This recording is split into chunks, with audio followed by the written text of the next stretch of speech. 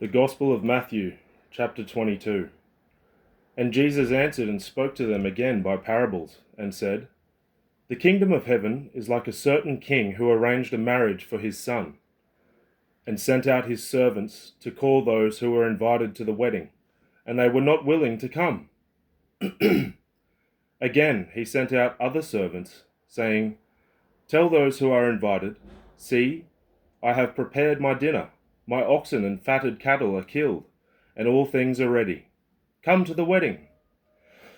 But they made light of it, and went their ways, one to his own farm, another to his business.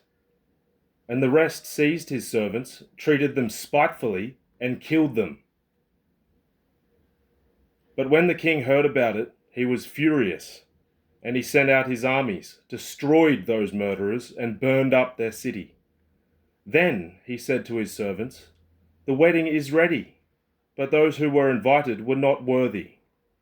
Therefore go into the highways, and as many as you find, invite to the wedding. So those servants went out into the highways and gathered together all whom they found, both bad and good. And the wedding hall was filled with guests. But when the king came in to see the guests, he saw a man there who did not have on a wedding garment.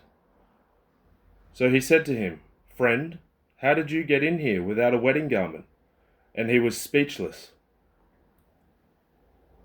Then the king said to the servants, Bind him hand and foot, take him away and cast him into outer darkness, for there will be weeping and gnashing of teeth. For many are called, but few are chosen. Then the Pharisees went and plotted how they might entangle him in his talk. And they sent to him their disciples with the Herodians, saying, Teacher, we know that you are true, and teach the way of God in truth. Nor do you care about anyone, for you do not regard the person of men. Tell us, therefore, what do you think? Is it lawful to pay taxes to Caesar, or not? But Jesus perceived their wickedness, and said, Why do you test me, you hypocrites? Show me the tax money. So they brought him a denarius. And he said to them, Whose image and inscription is this? They said to him, Caesar's. And he said to them, Render therefore to Caesar the things that are Caesar's, and to God the things that are God's. When they had heard these words, they marveled, and left him and went their way.